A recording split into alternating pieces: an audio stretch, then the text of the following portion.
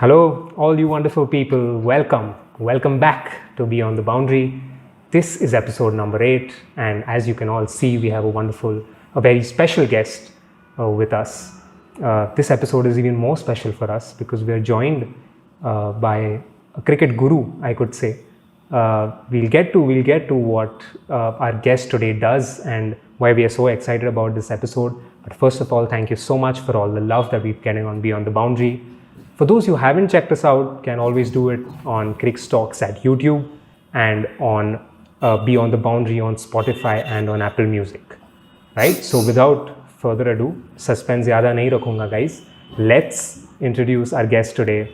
Mr. Debjit Lahiri is with me today on Beyond the Boundary, a cricket fan, a cricket enthusiast, and a cricket blogger. And Debjit, first of all, thank you so much for joining us on Beyond the Boundary. How are you? And if you could just tell us about this wonderful work that you do.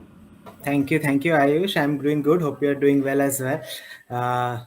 Thank you for having me here, and so really excited about talking about cricket. And yes, so just a brief about what I do. So I run a cricket blog called Forgotten Cricket Memories on Instagram. So this is essentially a cricket storytelling page. I realized that most of our Indian online readers were born in the 90s, and 90s was also the period when cricket was sort of commercialized in India, and that is why a lot of us growing up had cricket as our favorite sport. So cricket is a game that evokes a lot of nostalgia, and that is the reason I thought of starting a page where I would look back into stories around cricket, stories about humans in cricket, very unique anecdotes which would evoke this nostalgia feeling among the readers. So yeah, I do enjoy writing these stories, do enjoy researching about them, and we have been it has been getting good response over the last year or so. So since its inception in June 2020, we have reached around 18,000 followers, and we are right now also touching around 1 million content views over the last 2-3 months. So which is very encouraging for me, and I'm hoping to continue with it. Wow, that's so nice. I mean, it's so good to hear that, first of all, that your efforts with this page and with your content are paying off. And cricket, like you mentioned, there's so much passion, there's so much love for cricket in our country. And usme, there is someone like you who's, there are so many people who talk about, the daily things that happen in cricket or talk about famous moments, things that people remember. What you're doing is so unique. It's something very different that you're talking about forgotten memories, you're talking about unique stories, things that not only forgotten memories, but things that people don't even know from the world of cricket, right? And since we have the IPL going on right now, itna excitement hai. Today, we're going to focus a lot on forgotten IPL memories. You are the best person to, kind of jog back our memories with that, get that nostalgia running again, right? Like you mentioned. First of all, IPL की बात कर रहे तो, if you could tell us your favorite team and, the players in the IPL who really got you excited. Okay. So I was born and brought up in Kolkata. So naturally, I'm a Kolkata Knight Riders fan. And right from the inaugural season when Brendan McCullum set the stage on fire with that brilliant 150. And about my favorite players in IPL, if you ask, I think obviously then choice would be Gautam Gambhir, because he led us to two IPL trophies. He sort of galvanized the team after the initial 3 disappointing and very controversial season off field as well. So he kind of brought a stability, and he was a very reliable player in all those seasons. And not only that, the way he sort of helped India captured that holy grail, the World Cup final contributions both in 2007 and 2011. So that is something that is very close to my heart as well. So yeah, I think my favorite IPL player would always be Gautam Gambhir. Wonderful. So my loyalties that way lie more towards Chennai Super Kings since the first season. But there are those people, कुछ लोग होते हैं ना, who are who have 2 favorite IPL teams, who have 2 teams that they support. I am guilty of being one of those people. And my second team, why I brought that up is because my second team is KKR. Initially, yes, because of the Shah Rukh Khan connection. Many KKR had so many fans coming in from other cities as well due to that connection. That was me as well. But Brendan McCullum, like you mentioned, setting that stage on fire, first match itself, right? It just set the stage so well for this tournament going ahead, right? It just showed you what the IPL can do. जो भी doubts थे IPL के बारे में before it started, सब चले गए because he got so much excitement into the entire thing. It was just 158 in a T20 match, banging it everywhere here and there. 150 is so difficult for so many people to get even in an ODI game. The guy went and did it in a T20 match. So I think something like that. That's very true. If you remember, the match was actually not a very close match. It was a very one-sided match, which is usually not a best advertisement for T20 cricket. But that innings was such that everyone remembers that match, and it sort of destroyed all myths about what is possible and what is not possible in the shorter format of the game, and really opened up so many possibilities, and then sort of set the stage for all the remarkable things we saw happening in the subsequent years of IPL and T20 cricket. So yeah, it was very pivotal moment. That's true.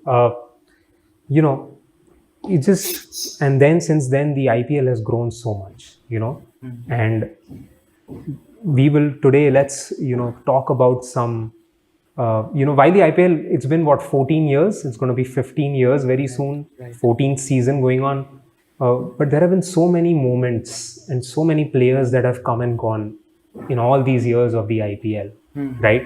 So since we have an expert on unique stories from the world of cricket, knowing about players that many people have forgotten about from the world of cricket, we'd like to ask you, Debjit, are there any players from the IPL that have come and gone over the years that that are forgotten? I think two players definitely come to my mind. Who were who had very significant roles in the earlier seasons of IPL and then sort of faded away. One is obviously Swapnil Asnotkar from Goa, who played for Rajasthan Royals, a diminutive, aggressive batsman. He formed a very formidable partnership with Graeme Smith at the top of the order, and Shane Warne, who was the captain of the side at the time, I think he hailed him as the next big thing in Indian cricket, and his power hitting was something very, very unique.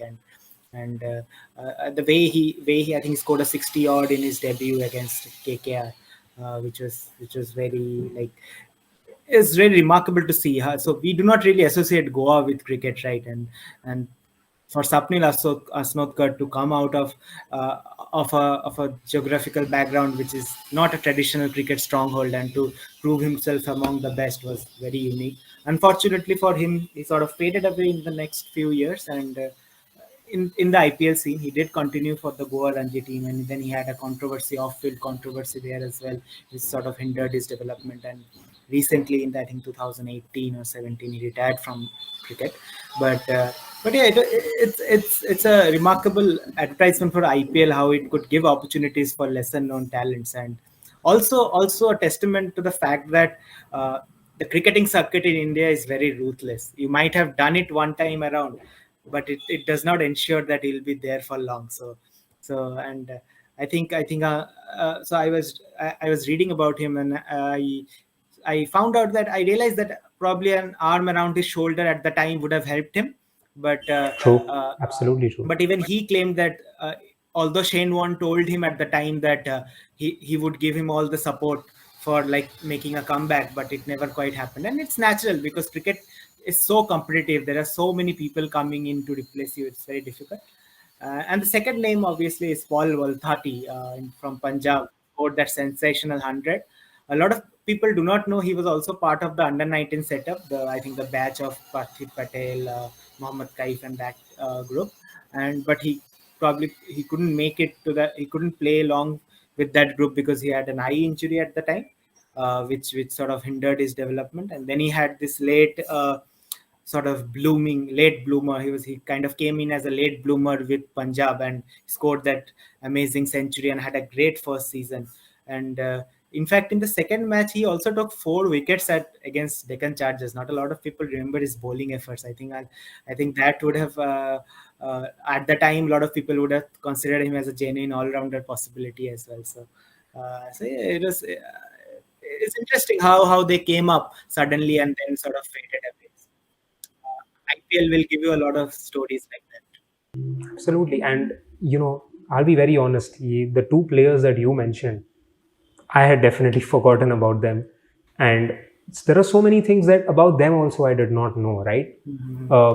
Be it, for example, Paul Wolfharty's that bowling effort as well, or, completely forgotten about that. When you think Paul Wolfharty, you just automatically think about that 100 against CSK and then those runs after that, but not those bowling efforts. Right. And definitely not the fact that he was part of that, really iconic Indian under-19 squad as well. Right. And yes, that's what brings us to think that there are so many players in the IPL who are just known for something or remembered for something, but actually their legacies are much bigger than what we feel that they've left behind.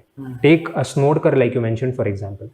When you think Goa, you think football. Right. You don't think cricket at all. Right. And this guy not just came into the IPL, he actually did well. He actually showed that, right? I'm not just here. I can come here and I can try and dominate some of the best bowlers of the world as well. Exactly. Another guy, on these lines, do you remember Hashim Amla's IPL stint? Yes, I think a lot of a lot of like pundits tipped him as a test specialist, and the way he, I think, performed in the 2017 period, wonderful. I think proper cricketing shots, scored a couple of centuries. I think I remember the one against Mumbai Indians where he took the bowlers to the cleaners, and it was amazing. And he sort of broke that notion that proper test specialist batsmen couldn't play Exactly. Exactly.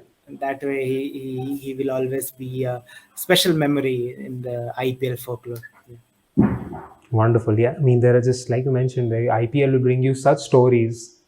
And along with that, it's also just that there are so many set beliefs that we have about certain players, right? And the IPL has given them a chance to come and change all of that. Hashim Amla, everyone always looked at him, that defensive, technically wonderful, very sound batsman, Test cricket, 50 overs.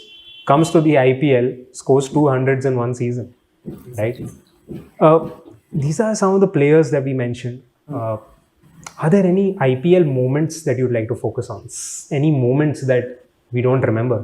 Something that we've forgotten? Yes, so this is something that I wrote recently about. This is kind of off-field story. I think if you remember, there was this entire scandal about a fake IPL player blog. During the 2009 edition of the IPL. So this was an anonymous blog that was published right before the IPL, and it sort of gave away anecdotes from IPL dressing rooms, from the after parties, and it was a time when cricket was sort of getting married with the Bollywood as well. The first few seasons of IPL, where we would have those extravagant IPL parties, so that allowed a lot of scope for imagination. And this anonymous blogger kind of started writing all this stories where he gave nicknames to team captains, owners, and things like that. And most of his stories revolved around Kolkata Knight Riders, who coincidentally also started struggling in that season. So John Buchanan came into was the coach at the time, and he came up with this theory of multiple captains, which caused a lot of dressing room stir at that time. I think there was this shuffling between a sort of Ganguly and Brendan McCullum. So there was a lot of media hype, and it got to a point where the media started bringing up conspiracy theories, and a lot of people believed that this anonymous blogger was actually a disgruntled member of the Kolkata Knight Riders team. So when they were playing in South Africa, at one point they, I think, sent home Sanjay Bangar and Akash Chopra. And Akash Chopra had actually published a book a few months before the IPL. So since his writing credentials were proven at the time, a lot of people suspected that the anonymous blogger might have been Akash Chopra. So there was a lot of, I think Shah Rukh Khan even came up and said he was very annoyed with that and is less than pleased. And there was this entire fiasco. And only after and although this blogger had always given a disclaimer that these all stories are a fictional work, but media sort of blew it out of proportion, and then it was revealed. I think his name was Anupam Banerjee or something like that. So I think he was a marketing specialist based out of Bangalore who started this blog as a joke, and it sort of became viral overnight, and it created a whole big controversy which got Shah Rukh Khan, Lalit Modi, the big members from the KKR team, everyone involved. And it was amazing how a person probably sitting in his study room impacted such a multi-million-dollar extravaganza like IPL by mere words. So yeah, that was an interesting story from IPL that I remember. I think not a lot of people remember that right now. I'm sure very few people would remember that. I had not only did I not remember that, but so much out of that I just learned right now when you told us about it. And you know that, like you just mentioned at the end, one guy sitting in a room, just one guy, created such a big chaotic situation in the biggest league in the world, in the biggest cricket league in the world. So yeah, just cricket, as they say, it's a funny game at times, and not only on field but off field issues also add to that. Uh, do you remember there was this one more incident? And I'm sure you would know that a lot in depth than me. Was something about an umpire, I think, forgetting the ball in his pocket. Like he had the ball and then something, the Yeah, match I couldn't think it was start. Shamsuddin, the umpire. I think it involved a match of Rajasthan Royals, and it was either Jaydev Unatkar or Ankit Rajput who was supposed to bowl, and the ball was not to be found, and I think they got in a new replacement, and then later on in the video replays, it showed that the ball was inside the umpire's pocket all along, and it was really funny how things transpired. That is actually hilarious. I mean, it's just that everyone's thinking कि यार ball कहाँ चला गया, अभी तो खेल रहे थे, अभी 2 मिनट में बॉल कहाँ चला गया. Everyone, there are about 11 fielders. I think they had even asked the batsman, if I'm not wrong, Yeah, if they had the ball, and I think they were like, why would we have it? things और like this फिर can only happen in the IPL. That's the beauty of this tournament. absolutely, it's just so exciting, right? I mean, it's funny, and I'm sure everyone would have had a laugh after that. Yeah, absolutely. But I think the match referees and the officials must have even given Shamsuddin a hearing कि भाई आपके वजह से हमारा पूरा दिन इतना थोड़ा डिले हो गया by how many hour minutes. Yeah, that's, I mean, another interesting story. Pollard Gale याद है? So this Talking about funny moments. Yeah, this West Indian cricketers, they're really colorful personalities, and I think they align with the essence of IPL very much because they're like the way they enjoy the game, and IPL is also a platform where it's sort of an entertainment package, and these guys are perfect individuals for such events. And I think there was this bit of trash talking going on between Gale and Pollard when the umpires intervened and told Pollard not to talk much, and he sort of has a protest brought on a tape on his mouth, and it was really funny to see that transpire. I think the commentators were like they were in splits, the commentators, and seeing that entire event. I think Harbhajan Singh also gave a and sort of a tidbit during the press conference regarding that event. So that the entire thing was, I think, really bizarre but funny at the same time. Like you said, only the West Indians can pull off something like this, right? Only these guys can actually do it with that element of fun and with that element of grace. Absolutely. So that makes you wonder, like how personalities like Vivian Richards would have contributed to the IPL fanfare had they played in this tournament. So it's amazing. You know, that's actually a wonderful idea. You know, when we have one of these chats again very soon, we should actually do a what if list of what if these players would have gotten the chance to play the IPL. I'm sure we're going to come up with some very exciting picks. Right. So there's some legends, who could, from the past, from that era, who didn't get to play such tournaments together. Yeah, I think that's fun. That would be fun. We should definitely try that soon. And on this note of what ifs, I'll give you a small trivia. So, do you know the connect between Anil Kumble, Saurav Ganguly, Shane Warne? What do they have in common? And the only thing I could think. Okay, wow, that is a very wide, range list. Yeah, the only thing I can think of, and many people laugh at me for this because it's so basic, is that Anil Kumble and Shane Warne are both leg spinners. उससे ज़्यादा मेरे दिमाग में तो नहीं आ रहा है. So basically, the common link between them is that they have captained an IPL franchisee, but they have never played an international T20 game. Wow, that's so unique. That is such a different stat. I mean, who would have imagined these guys? Ganguly actually ended up captaining 2 teams, right? And none of these guys have even played an international T20. Yeah, so they were like the leaders in the initial few seasons of IPL, but they kind of retired from the international scene a little earlier, from like the international T20 scene a little earlier. So that's how we got that sort of an overlap of cricketers, where overlap of great cricketers who captained in the IPL but never played an international. Wow, and I mean, it's just when you have a chat with someone like Debjit, is that, when we realize that there are so many of these things that we don't know. And thank you so much, Debjit, for, bringing such stats and trivia to our notice as well. It's so unique. I mean, I would have not, I'm sure, like me, many people would have not known this at all. Do you also remember Mongoose Bat? Yes, definitely. I think Matthew Hedden, when he bought that, is a real innovation in cricket. Unfortunately, it didn't last long, but I think he played fairly well. I think in the first match he scored a lot of runs with that bat, and the logic behind that was so that bat kind of allowed a higher bat movement, the acceleration, and also it generated about 20% more power.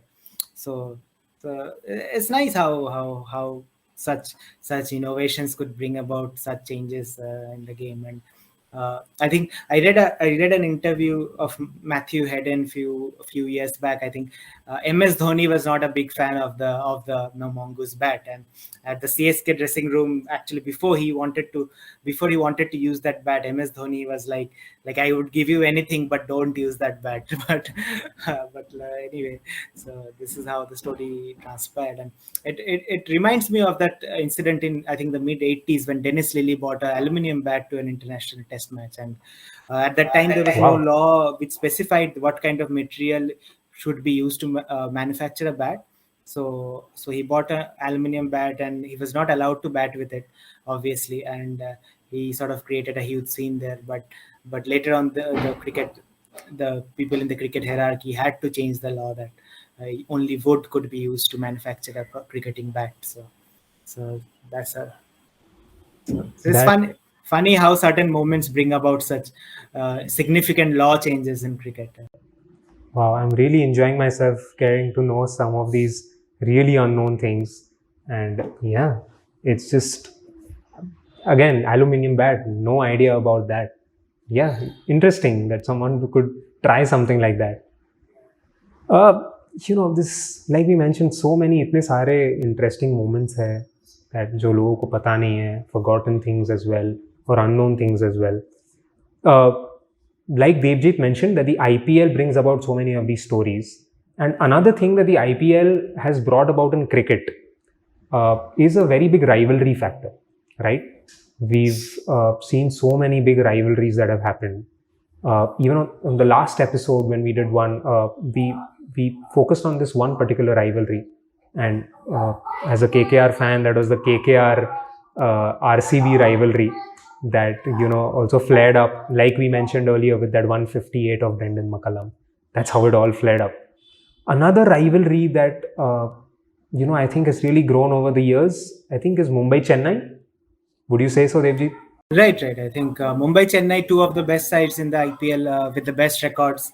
So yeah, big rivalry, no doubt about that. And I think always in any league, be it in football, even in football, like the best teams, they sort of over the years form a rivalry. And the fact that these two franchises has been so successful in the IPL, I think that brings about a competitiveness between these two sides.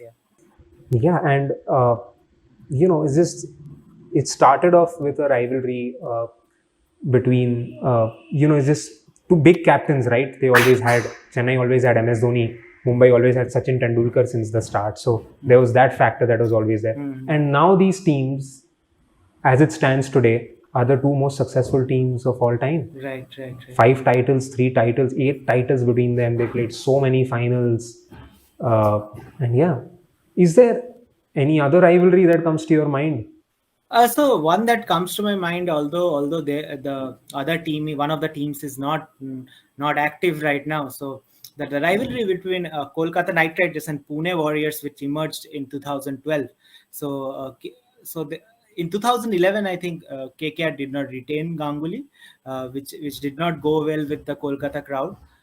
In the mid-season, he was picked up as a player for Pune Warriors because Ashish Nehra I think got an injury. So Pune Warriors took they took Ganguly as a replacement, and in the following season when Yuvraj Singh was injured, Ganguly was promoted as the captain of the side, and that is when this rivalry totally erupted. And I remember actually going to the stadium at Eden Gardens for the first match between these two sides, Pune Warriors and KKR, and Ganguly was returning to Kolkata as the captain of a foreign, not a foreign, but a opponent team. So I remember the entire stadium was light blue. They were supporting for Ganguly, and This was Eden Gardens. this was Eden Gardens, and Wow. and there was such hostile reception for the KKR fans who were there in that stadium, and and the thing was, so I think at the time KKR had not won a IPL trophy, so they were yet to win over the fans after those 3 or 4 disappointing seasons, and they did not like Ganguly leaving, their hero leaving their own franchisee. And then there was a lot of negative sentiment about Shah Rukh as well, the way he handled the situation, why he didn't stick to their icon. And I remember, I think even the day before, I had to stand in a queue for the tickets at Mohammedan Sporting Ground. And I remember the first day, it was such a long queue, and then the police had to intervene, and there were like lathi charge and things like that. And then eventually we did not get the ticket on the day, and later on in the next morning we stood in the queue from 5 a.m. and if we finally got the tickets. And it was like one of the most anticipated matches before, most anticipated IPL matches that I can remember. And eventually KKR won that match, but Ganguly played a very good role as a batsman in that. And in the next subsequent days, I think KKR went on to win the title that year in 2012, and that is when they won back all their fans, and things sort of changed. And now those people who moved to Pune, moved to the support of Pune, sort of came around and became KKR loyal fans after that. We just think, when we say rivalries, we just mainly think of these teams that have been in the tournament since the start, who've played so many seasons. But guys, Debjit has just mentioned such an interesting rivalry.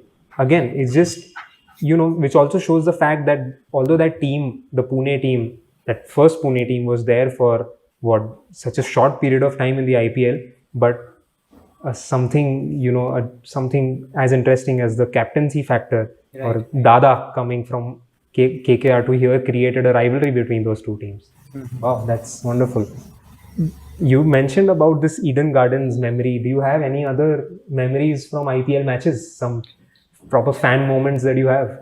Yes, so I remember I was in Hyderabad, so I visited the stadium in Uppal there was this match between Sunrisers Hyderabad and KKR. This was in 2016. I remember, so we were like a very small pool of KKR supporter, like away crowd in a predominantly Hyderabad supporting stadium. And even that match was a very comfortable win for KKR. Gautam Gambhir scored a 90 odd. And I remember we were waiting outside the stadium when the team buses were passing. And I remember, so since the entire street was orange, and there were only 4-5 of us who were wearing this violet, like purple jerseys. And Surya Kumar Yadav was then a KKR player, and he was Yes. he was on a window seat, and he kind of noticed us and he sort of waved at us from the distance because we were easily visible in that crowd of orange. There were only like 4 or 5 of us wearing purple jerseys. So he kind of waved us. So that was a close encounter. Other than that, I did not have any. I remember another match. I think this was in 2019. 19 is it? Yeah, 19. So I watched this match between Chennai Super Kings and Kolkata, which unfortunately Kolkata lost. But with the help of a friend, I had managed to get a clubhouse ticket for that, and it was just below the inaugural bell that is there in Eden Gardens, which they ring before a match. And I saw David Hussey was given the charge of like ringing the bell before the start of the match, and so I saw him at a very close distance. I think just behind me in the gallery. So that was a close fanboy moment as well. Yeah. Wonderful. That's such interesting stories come up, right? Even as fans. Yeah, right. So great to hear. So Debjit, before we close this, I would like to just put you on a brief spot. I would like to put you on a spot for just a brief moment. Okay. I want to know your picks for the final. Who are the two teams that will make the final, and who do you think will end up winning the title? All right. Tough question. I know. I am sorry, but I would really love to know what do you feel about this. I think if I think logically, I think the top two teams I think will make it to the final. Delhi Capitals and Chennai Super Kings. I think they are pretty formidable teams and they have been doing well consistently. RCB have a tendency of choking, and there's a lot of thing going on with Kohli off the ground, and I feel it could be a sort of act as a hindrance over their qualification. The fourth team, I think because KKR has a good net run rate, they'll make it to the playoffs. But I'm not sure if they would make it to the finals. But my heart says that they probably might make it to the final and go all the way. We hope so as well. But I feel it might be a lucky year for Delhi Capitals. I think they're a pretty strong and balanced side. It's been a long wait. Yeah. And they've been playing some good cricket. Absolutely. Yeah. Right, so we'll see if those predictions come true as well. Mr. Debjit Lahiri, thank you so much for joining us today. Thank you. I'm going to say this again. I know I'm repeating myself. I'm going to say this again. So many new things we learned today on this episode. So many things that we'd forgotten about. Like you mentioned earlier as well, that nostalgia factor for me definitely, and I'm sure for so many people who tuned into this episode and heard us discuss those moments, that nostalgia factor must have come back for them as well. So it's so wonderful to hear such stories, unique stories, forgotten stories, and thank you so much for that.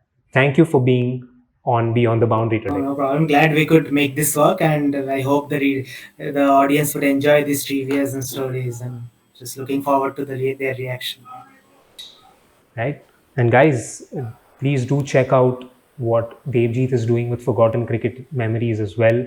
It's called Forgotten Cricket Memories on Instagram. You should definitely check it out. The stories that we spoke about today, आपको उससे भी ज़्यादा interesting stories वहाँ मिलेगी. And do follow Debjit for all the such interesting work that he's doing. And we come here at the CricStox as well. Cricket is such a big part of everything that we do, and us as cricket fans, as cricket lovers, are so excited when we are chatting with someone like Debjit, and I'm sure you all have enjoyed this as well. So yes, guys, thank you so much for joining us on episode 8 of Beyond the Boundary. See you soon, Debjit, and see you soon to our fans as well. Please do check us out on CricStox at YouTube and Beyond the Boundary on Spotify, guys, and on Apple Music as well. Until next time, this is Aayush signing off. We'll be back very soon with another interesting guest, with another interesting story, with more interesting stories, another interesting episode on IPL and on everything cricket. Until then, this is Aayush signing off. Thank you for joining us on Beyond the Boundary. See you, stay safe, and take care.